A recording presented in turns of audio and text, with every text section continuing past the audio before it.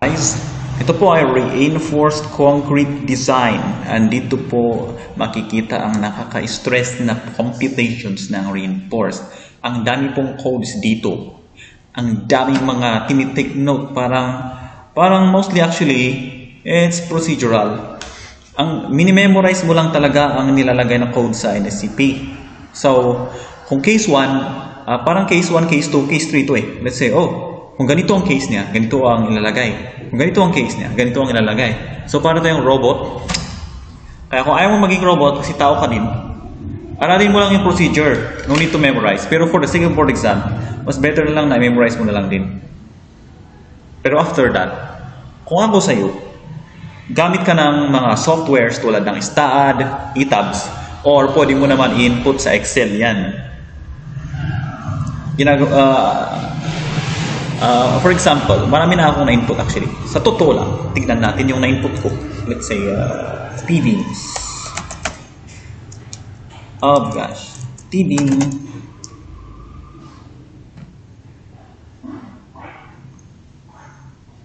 For example, dahil po sa dami-dami ng nilalagay nilang mga codes, table of values, at may mga section pa sila. Actually, sobrang hirap mabasa yung code kasi parang robot, no?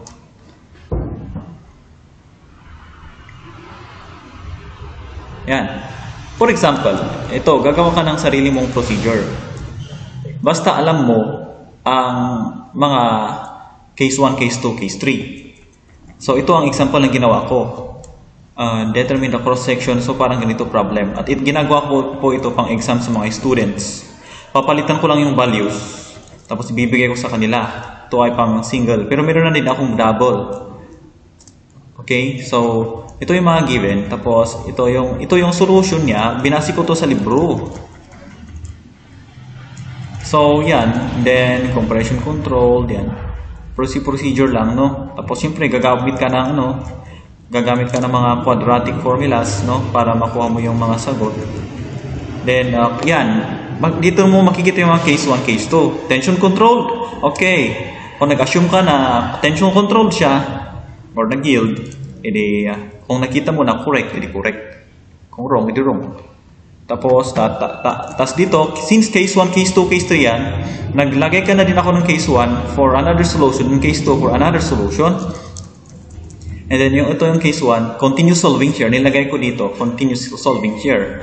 Pag nag-correct assumption siya, pero pag wrong assumption, tutuloy ko naman sa blue. Ito, mag-a-appear dito, continue solving naman here, sabi niya. So, dito, mag-upgrade yan, tapos AS, yan. Pwede ganyan. Yan, tapos tuloy-tuloy. Ito, tapos mamaya, wrong assumption, case na naman, gano'n. Then, naging AS. Kasi sa totoo lang, nakalimutan ko na ulit yung procedure. At least, nilista ko na sa Excel. Para at least may pinagbabasihan ako. Sa totoo lang guys, practically walang kwenta tong ginawa ko sa totoong buhay. Kasi, bakit bawal? Bawal to gamitin sa totoong buhay. Kasi po, tig-iisa to mahirap. Pwede naman gamitin, pero tig-iisa, kukonsider mo ang per win. Iisa-isahin mo. Gamitin mo na lang STAAD at ETABS. Automatic lahat. I-compute na lahat sabay-sabay. Ito is for academic purposes lang. Para sa mga teachers. No. And bala ko sanang ibenta. Pero baka i-donate ko na lang. Depende. Okay, so gano'n lang idea para sa mga may gustong gumawa ng sarili nila. Gano'n lang ginagawa ko. Kasi ang dami-daming codes guys. Sobra. So balik na tayo dito sa lesson. So sa lesson na to, para bago po tayo pumunta sa nakaka-stress na part doon, kailangan po natin munang malaman ano ang load combination. Kasi dito po natin nakikita ang kasi kailangan po natin malaman kung gaano kabigat ang binubuhat ng beam, column, slab, foundation, and other structures na pwedeng ma-design. Okay? Na concrete. Kailangan po natin munang i-process yung mga loads na dito. For example, ang beam mo ay kinumpit mo gamit ang unit weight times volume, makukuha mo yung point load niya, or let's say unit weight times area, makukuha mo ang uniformly distributed load niya. or moment niya, mga ganun, kailangan mo muna ilagay sa load combination. Kasi ang load combination, iba't ibang cases to. Iba't ibang real life scenario. So ang D plus F, D plus H plus F plus L plus T, mamaya, sagutin ko yun mamaya kasi mayroon pala sa baba yan. So dito muna, bago tayo pumunta dyan, dalawa pong approach ang ginagamit sa reinforced concrete design. WSD or ASD, tapos LRFD. Ang WSD or ASD, bulok na sistema yan. Kapos na yan. Nakaraan na yan. Ang bago na updated ngayon ay LRFD. Kumbaga, di-keypad ang WSD or ASD. Ngayon, touchscreen na, yun yung LRFD. So, bakit pa tayo gumagamit ng di-keypad dito Kasi marami pang bahay, marami pang buildings na ang approach na ginamit sa kanila ay WSD. So, ibang standard ang nakalagay sa kanila. Magtaka ka, bakit kaya ganito kasi ang poste niya? Kaya siya nawasak. Parang sisihin mo ang may-ari, illegal ata to. Hindi ata sila nagkumuha ng building permit. Pero sa totoo lang, old kasi yung ginamit nilang standard. So, kailangan daw po natin aralin muna yung old para maintindihan daw naman natin kung bakit kaya ganito ang mga design ng mga buildings. Ganito kakapal ang mga poste, yung mga steel bars. Bakit kaya ganito? Kung ini-inspect natin sila daw. So, nag-transition pa pala tayo from the keypad to touchscreen or from WSD to LRFD para daw po maintindihan natin yung mga old buildings. Huwag na po natin silang kalimutan abruptly or totally. Kasi unti-unti natin silang ini-erase. And in the future, pure LRFD na. So, itong WSD nakalagay pa rin sa NSCP 2015 para sa in transition. At the same time, kailangan nyo na po itong aralin or makuha na ng idea, baka lalabas sa board exam. Note, ang WSD ay Working Stress Design, ang ASD, Allowable Stress Design. Ang ibig po sabihin niyan ay, ito po yung wala pang factors. Malinis na, tingnan mo dito sa load combination ng ASD and WSD. D plus F, D plus H plus F plus L plus T. Wala silang factors. Hindi po sila nakabase sa probabilities. Kung kailan papasok ang typhoon na malakas at ang earthquake na the big one. Gaano ba ka-frequent dinadaanan ng tao ang slab or ang beam? Kung gaano kamabilis nagpa-park ang sasakyan sa isang slab? Probability. And dahil sa LRFD, kinonsider na nila yan. Naglalagay na sila ng factors. Meron tayong 1.4 times D plus F, 1.2 times D plus F plus T, plus 1.6. Yan. Ang ibig po sabihin ng 1.4, 1.2, 1.6 na yan, or 0.9. Sila po ay nag-i-indicate kung gaano ka-frequent or kadalas lumalabas ang load na yan. So, sa D naman, kung gaano kadalas ay nakabase sa 1.4, yung probability ng ating dead load. Sa live load naman, 1.6 naman siya. Kaya 1.6 times L. Pero, tingnan ko muna yung ano. And, ano ang difference na 1.6, 1.2, 1.4? Kung mas mataas po ang decimal, kung mas mataas yung number na factor, tulad ng 1.6, mas mataas siya kaysa sa 1.4 na si D. Ibig sabihin nun, mas less frequent pag mas mataas na number. Mas higher frequency kung mas maliit na number. Or mas important, hindi lang frequency, mas important. Mas important. I mean, hindi mas less important pala. mas important pag basta probability talaga daw yan. Galing po yan sa research studies, statistics. Kaya no doubt tama na daw yan. Enough na yan. Bakit hindi na lang Bakit hindi na lang ipag-iisa yung load combination? Yung panglahatan na lang, pang worst case scenario na lang, iisa.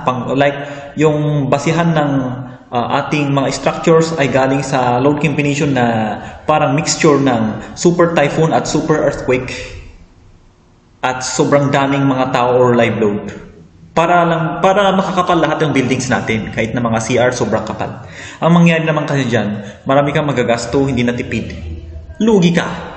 Kaya kailangan ma-measure para po ma-measure din ang gastusin at hindi po tayo lugi. Okay? So dito guys, palitan ko lang yung topic. Dito po nakikita yung mga terms ng ating symbols. Basahin nyo lang yan. May dead load, may load due to fluid, lateral load, blah blah blah. Anyway, next. But may ASD load combination may LRV. Bakit hindi na lang LRV lahat? Ano rin pong difference ng dalawa? Ayun yung sinabi ko kanina. Nakaraanan na ASD. Nakaraanan yung ASD at yung LRFD ay updated. Nagta-transition pa tayo. Ang ASD, sabi ko walang factors. Ang LRFD may factorings. Kasi may probabilities na. Ang ASD po yan. Basa-basahin na lang ito. And then, types of loads, dead loads. Ang dead loads, halata naman na sila yung mga permanente na structure na hindi po naaalis. Tulad ng beams, columns, slabs, foundations. Nakadikit sila. Hindi naman sila naaalis. Forever na sila dyan. Tulad din ng mga fixed mga plumbing systems, permanent yan. Electrical systems, permanent yan. Dead loads din sila. Blackboard, kung na-fix na talaga, kung hindi na siya pwedeng tanggalin, di good. Permanent na yan, dead load. Nasa engineer din yan, magde-decide kung ano ang matawag na permanent at hindi. Okay? And then sa live load, ito naman yung hindi permanent. Tulad ng cabinet, furnitures, tao, mostly tao, huwag po kayong ma-confuse sa mga furnitures. Pwede po silang magalaw. Table, pwede mo siyang ilipat sa kwarto, sa sala, sa kitchen. Ang upuan, pwede din siyang ilipat-lipat. TV, pwede din siyang ilipat-lipat. Cabinet, pwede mo din siyang ilipat kung aalis ka na sa bahay or lilipat ka. Or kung bulok na, aalisin mo na. Kasi naanay na. Mga ganun. Vehicles, siyempre. Stored materials, of course. Fire extinguishers, pwede naman din umaalis mga yan. Kung may emergency, aalisin mo din. Hindi mawawalan na siya ng load. Okay? So, load due to fluid naman. F. Loads caused by fluids or gases. Dito naman yung ang fluid na to ay yung liquid or fluid na nakalagay sa mga tangke na pwede naman yung tangke pwedeng maubos, tas ma-refill, maubos ulit, ma-refill, mabawasan, madagdagan, mabawasan, madagdagan, tulad po ng tangke ng tubig. Kung makikita ng best tank dyan, na tangke na nakataas, naka-elevate dyan para gamitin ng mga tao sa isang bahay. Siyempre, F yun, ang loads doon, ang load ng tubig doon ay F. Pero yung material, siyempre, ay dead load, permanente. Pero yung tubig sa loob, yun yung gumagalaw. Yun po yung live load. Pero hindi live load ang tawag. Sinay pa rin siya.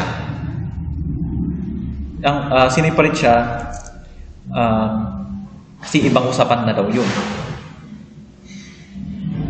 Yun po ay loads due to fluid. Kasi pwede siyang maubusan ka ng tubig sa tangke, ipa-refill mo, maubusan ka, ipa-refill mo ulit, ganun. Yan, ito yung mga examples niya. Next, lateral load due to soils or fluids. Ito naman ay, example niya ay soil sa retaining wall. Pinupush niya ang retaining wall laterally or horizontally. Parehas po ang lateral at horizontal. Pero kung wala ka namang retaining wall or wala namang nagpupush sa bahay mo na soil or fluid, wala ka namang dam, no? Hindi naman natutulak ang pader mo dahil sa soil or sa fluid. Wala ng edge, zero na lang yan. Ang roof live load naman, number 5. Ito po ang mga hindi permanenteng object na pumapatong sa roof. Tulad ng mga tao. Tulad din ng mga pusa. Tulad din ng aso kung pwede pa. Tulad din ng bola kung pumunta sa bubong, sa roof, na itapon doon. Chinilas, pwede din yun. Live load, halaman na tumutubo sa roof na pwedeng maalis. Okay? Dumi. Hindi na pisto. May mga obvious lang. And then, rain load naman. Weight due to pounding of the roof from the rain. Rain naman yun. Rain load yun. Ulan yun. Kasi pag umuulan, nababaha ang roof. Hindi naman sa nababaha yung term. Naiipon ang tubig doon. Tapos kung nadi-drain, edi good. Pero siyempre nababaha pa rin. So mayroon pa ring load yun. Pero ang tanong mo, Sir, kung ang roof live load ay live load sa roof, bakit hindi na lang pinagsama ang rain load R? Sineparate po ng NSCP ang human-related loads at environmental loads para po hindi daw ma-overestimate or madoble ang measurement. Yun ang masasagot. Next, self-straining effects or temperature shrinkage due to temperature shrinkage or creep. Ito po ang symbol niya. T. Internal forces. Ito po ay yung internal forces. In summary, ito po ay hindi talaga load. Ito po ay effect. Hindi naman siya talaga hindi dapat siya isasama sa load combination kasi loads lang sila. Pero yung effect niya kasi parang force. Nagko-kilonewton din yan. Nagki-kPa din yan. Nagmo-moment din yan. Ano yun, sir? Ito po ang example. Makikita mo dito sa baba. Question muna. What does self-straining mean? A self-straining action occurs when a material or structural element wants to deform and that deformation is partially or fully restrained. Hindi mo nagets ba? So, ito po yung common sources of T. Temperature effects. Most common yun. Kung umiinit ang bakal, nag-expand ang bakal. Ito po ang example niya. Meron bakal dyan na nakafix sa dalawang pader. Gitna ng dalawang pader. Umiinit ang panahon. Mag-expand yan. Anong mangyari sa bakal? Magbabakal. Or may stress. Magbabakal. Yung hindi na siya makabakal ng maayos, hindi na siya maka-expand dahil ni-restrained sa ibang end. Hindi na siya maka-stretch. Kaya naghanap siya ng paraan para mapahaba na yung katawan niya. Kaya siya nag-buckle. At nagkakaroon doon ng stress. Imagine, parang same din yan sa, paano kaya? Let's say, ano kaya ang example niyan?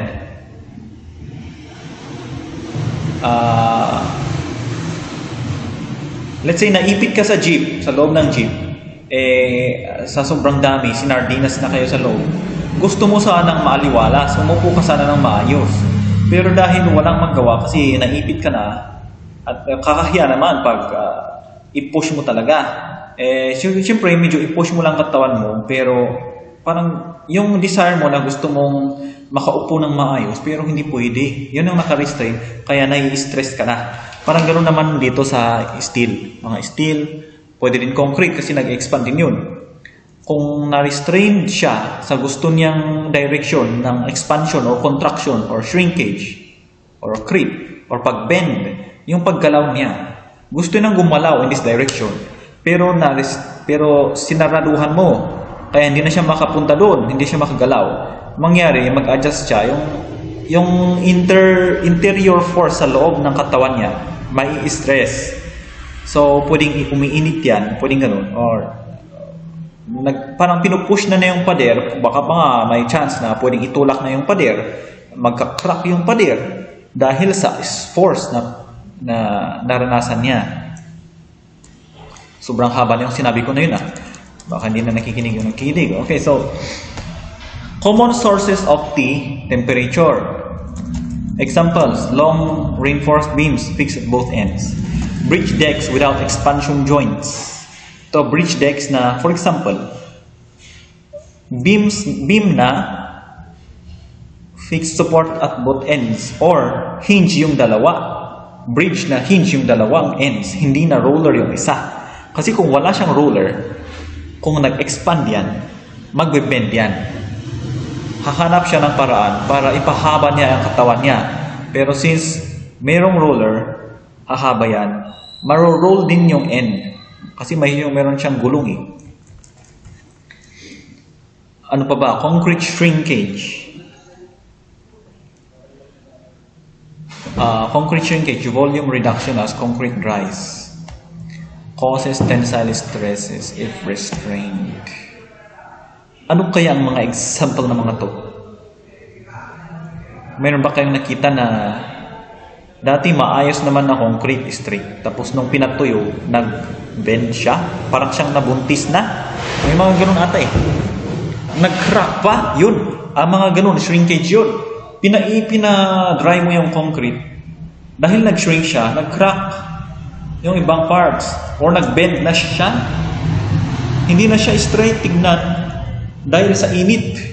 And yung stress na na-develop doon, yun yung T. Concrete creep. Ano po ang ibig sabihin ng creep? Sa tagal-tagal ng panahon, akala mo, forever naka-remain na yung beam ay straight. It will come to pass na magbe-bend siya pababa dahil napapagod na din ang beam. Kaya it will come to pass after 5 years, 10 years. Baka biglang nakita mo na yung beam mo, medyo may crack na sa gitna. Or parang bumaba siya ng kunti. Sinapapagod din ang beam. Yung pagbaba na dahil sa tagal ng panahon, creep ang tawag doon.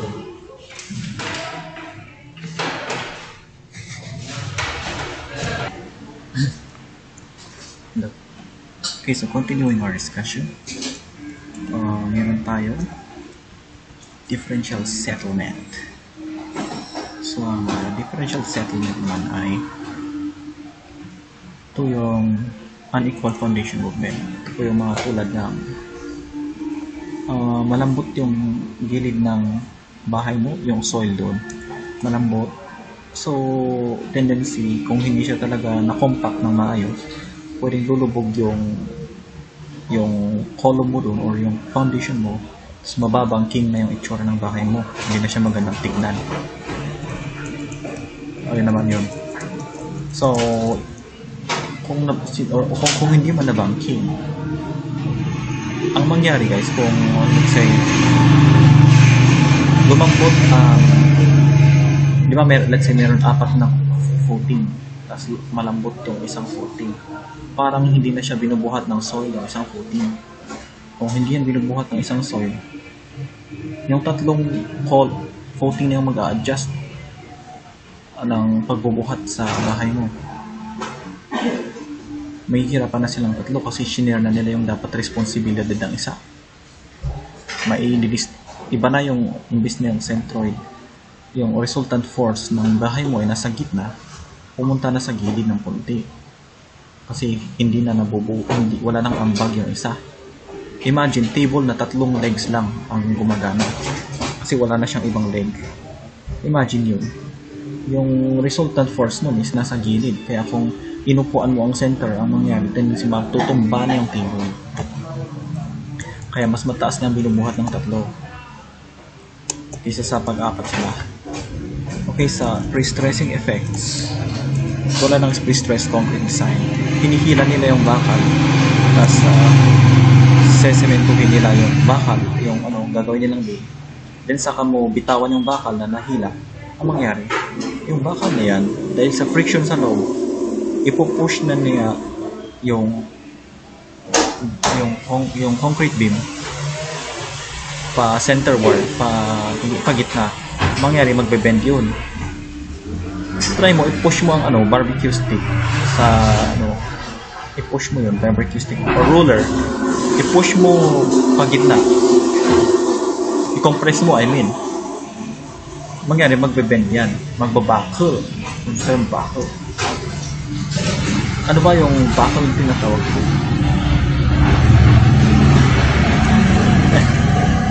Ito po buckle. Buckle meaning,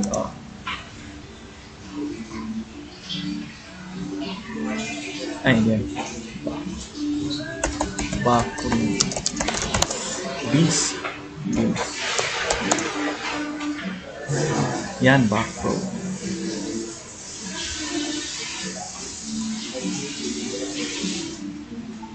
Yan, local buckle. Ganun. Ito, buckling din to.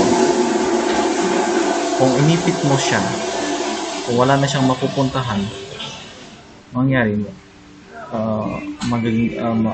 makukompress na siya sobra, maiipit yan. Ganun po yung buckling. Marami pong example. Ito, pinakamagandang example ng buckling. Kung pinush mo yung beam or yung column ng sobra, na-compress siya, mangyari mag-curve siya. Ganun yung buckling. Tulad din dito. Ganun po yung buckling na sinasabi.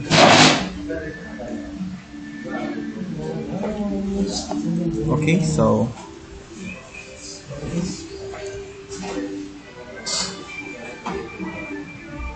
construction siya, yung buckling po, yun yung mangyari sa pre-stress effect, magbabuckle yun. Tapos ito naman, construction sequence effect, removal of formwork or shoring. So ang example nito is, for example,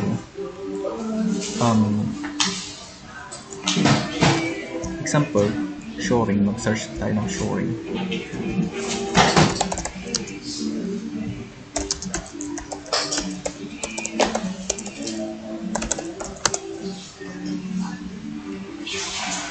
Yan. Let's say may pinapatigas ka na konkrito dito, or ito na lang. May pinapatigas ka na concrete dyan. Let's say wall. Tapos, after tumigas, tinanggal mo na yung shoring. Ito yung mga shoring. Ito yung mga shores. Tinanggal mo na yan, pati yung kahoy-kahoy dito na formwork. Ang mangyari, kasi nasanay na yung concrete na nakakapit sa shores, na nakasandal sa shores. Ngayon, nung tinanggal mo, mabibigla yung wall. Parang wala na akong sinasandalan dito, sabi niya. So, tumayo na siya mag-isa. Ang mangyari doon, since sanay na siyang nakasandal, ngayon, mabibigla na siya na wala na siyang sinasandalan. May effect yun. May, yung force na pumupunta sa shores, kinuha na lahat ni wall yung force. So, mapupunta lahat yung force sa ilalim niya. So, kailangan matindi yung ilalim. So, yung effect na yun ay self-straining effect pa rin yun. So, actual example, a 20-meter long RC beam is fixed at both ends. The temperature rises by 30 degrees Celsius. The beam cannot expand due to the restraint. Ito yung sinexample ko kanina. Therefore, axial compression force develops. Imagine, buckling.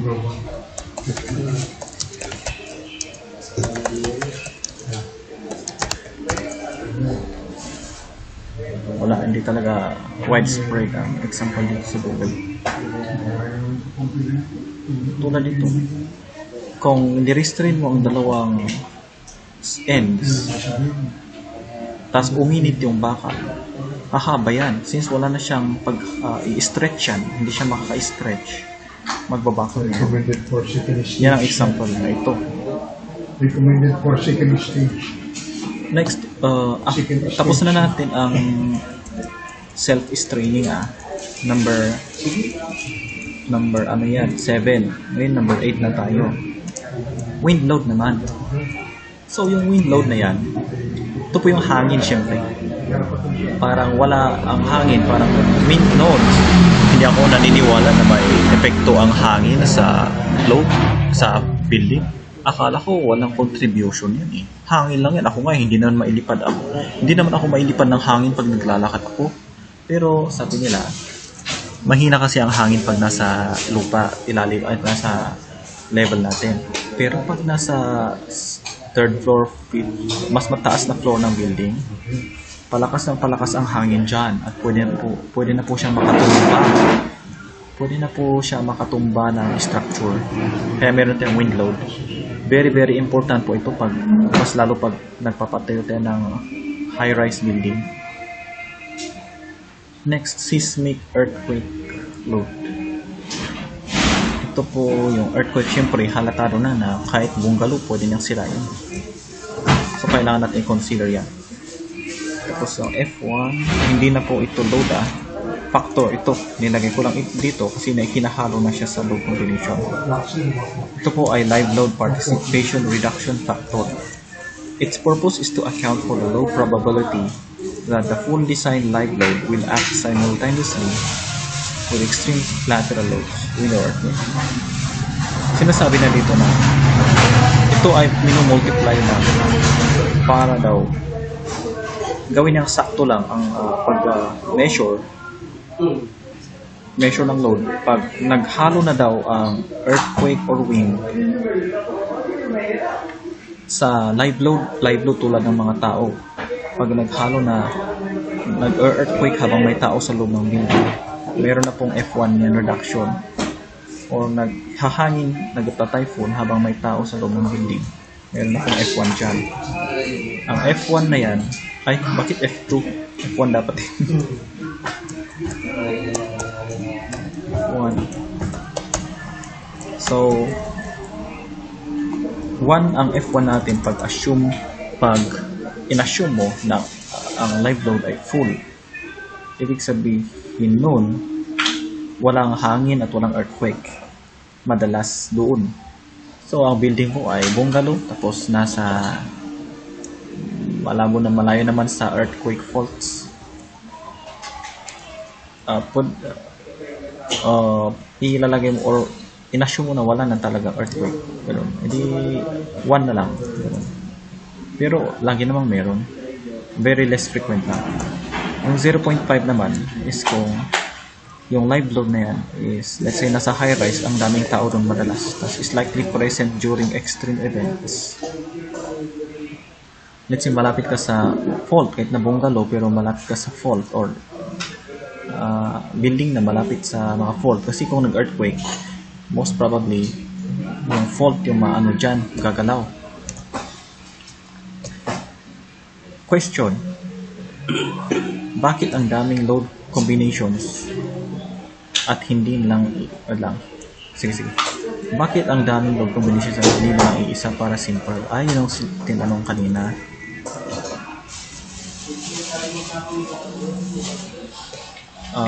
Ulitin ko ulit kasi iba't ibang possibilities ang kinoconsider. Kumbaga, malakas ang hangin tapos walang tao sa building na nagdadagdag ng loads.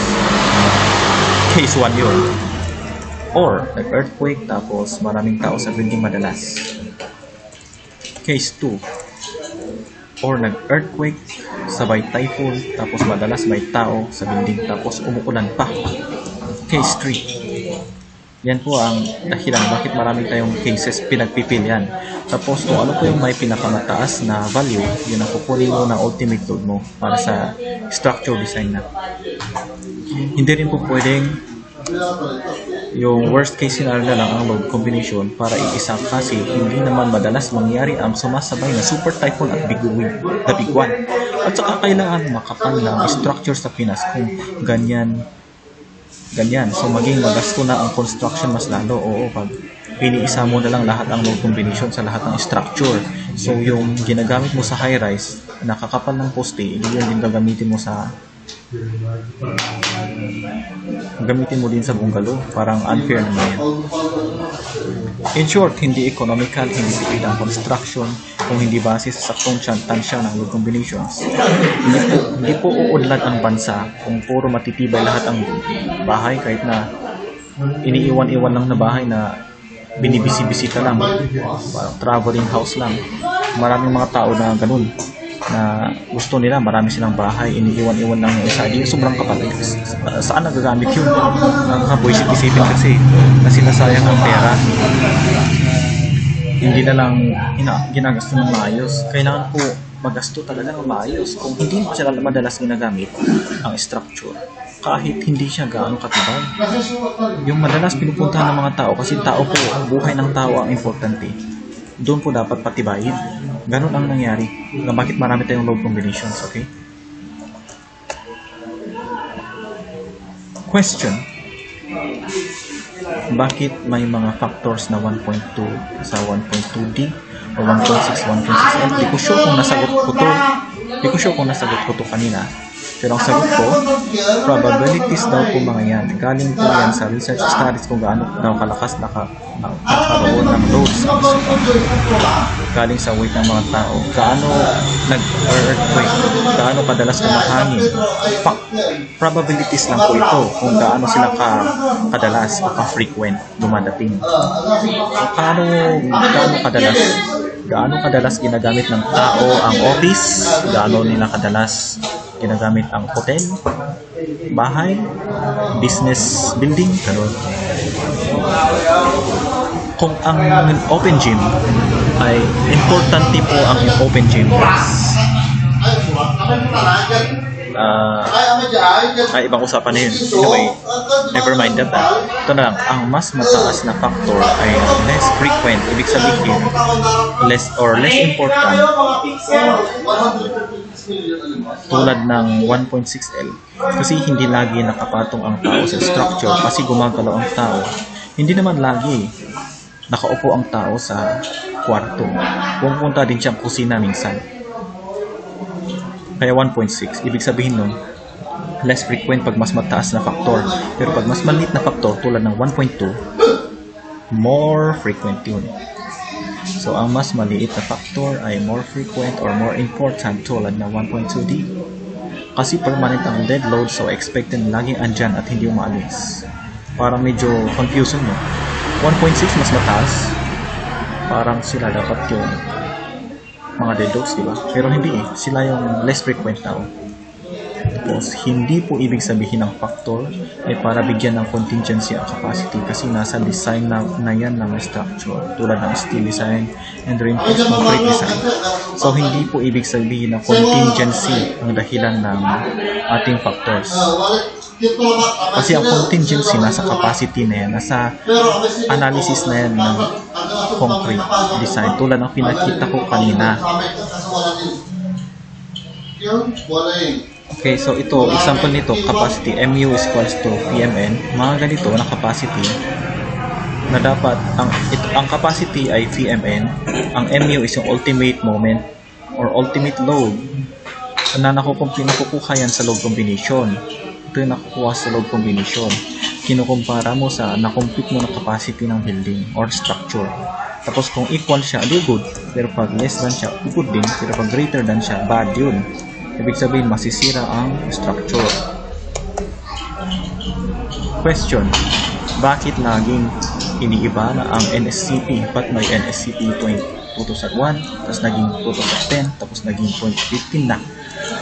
Nag-update ang NSCP kasi nag-iiba na rin ang mundo habang tumatagal. Lumalakas ang bagyo at lindol at umiinit ang panahon, kaya nag-a-adapt na rin ang NSCP. Ganun lang ang simple sagot yan. Kaya kung titignan mo, iba ang standard na nakalagay sa 10 tapos sa 2015. Nung dumating na daw si Bagyong Yolanda noong 2013, minodify na nila ang load combinations ng 2015 para hindi maulit na may sisirain na naman si Bagyong Yolanda, para matibay pa rin ang building against Yolanda. Okay? How to use load combination. Ito naman yung paano na gamitin. Try inputting all available loadings. Dead load, live load, wind, earthquake, fluid load, self-straining effect, to each load combination, then compute each. Ganun lang naman. Substitute lang naman kung anong given. Madali lang yan. Afterwards, choose the highest load combination value to be used in structural design. Piliin mo na yung pinakamalaking value para gamitin mo na siya bilang PU, MU, or ano yan? Basta yung PU or MU. Okay? The highest load is called ultimate load or ultimate moment.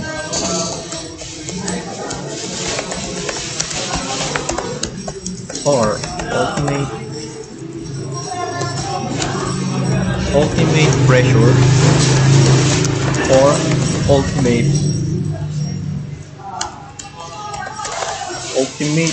uniformly distributed load.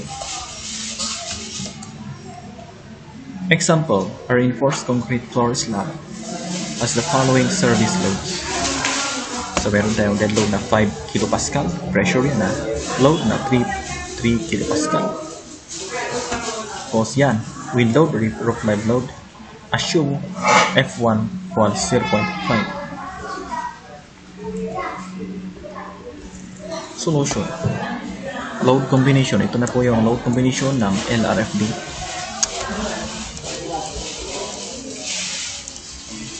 Substitute natin, mga nakuha natin. Tapos, ito yung sagot. Ngayon, pipiliin mo na yung pinaka-highest na value. Ito yun. So, 11.55 po ang pinakamataas na pressure. So, what is the highest value? Thus, ultimate pressure or ultimate load, pressure na lang, siguro. Kasi from the unit itself is 11.55 kilopascal. Note, loadings can have a variety of units aside from KPA. Sinabi ko kanina kasi meron tayong it can be a uniform load, KN per meter, point load, KN, and moment pala, KNM. These four, pressure in PPA, UDL in PNM, point load in PNM, and moment in PNM, are still compatible with the load combinations. Example, ang 1.4D na nakalagay sa load combination, pwede mo din siyang isulat bilang 1.4 moment dead load. Dead moment. Okay? Dead moment due to dead load. Okay? Question, paano pa given ang live load, roof live load at rain load? Ano po pipiliin sa dalawa sa may bandang 0.5 times roof live load or rain load? Answer, piliin ang may mas malaking value pa rin. Kasi ang tinitingnan sa load combination, yung pinakamalaki. So, isipin mo na lang na laging pinakamalaki ang hanap-hanap natin. Dito sa sinasabi mo na 0.5 times LR or R. Ano yung LR or R? Kapag pinagpipilian ka, ano daw ang gusto mo dyan sa dalawa? Hindi pili ka kung ano mas malaki sa kanila. Same din dito, pili ka kung ano mas malaki sa 0.5 wind load, tapos F1 na L na ano yung L? Live load. Gano'n lang naman. Always yung highest value. Question. Bakit parang iba ang nakikita kong load combination sa ibang sources? Wala silang nilalagay na F, P, and H? Answer. Wala kasi madalas 0 ang F, P, and H, kaya hindi na nila nilalagay kasi pinapahaban niya lang ang pagsulat ng load combinations. Shortcut lang nila. Madalas wala yan. Diba meron tayong mga F fluid load na tanking, water galing sa tanking, tapos self-straining effect. Yung H din na fluid or soil lateral load galing sa retaining wall. Hindi naman lagi nandyan yan. Madalas naman wala ang mga yan. Or separate din ng tangke. Or dito sa Pangasinan, walang tangke madalas. Nakabase kayo sa pump. Pero sa Baguio, maraming tangke doon. Halos lahat ng bahay mayroon talagang tangke. Okay. Dito. So, ngayon, tinanggal na natin si P, si self-straining effect, fluid load, tapos si soil or fluid lateral force. Kaya naging ganito na siya, yung madalas nakikita natin.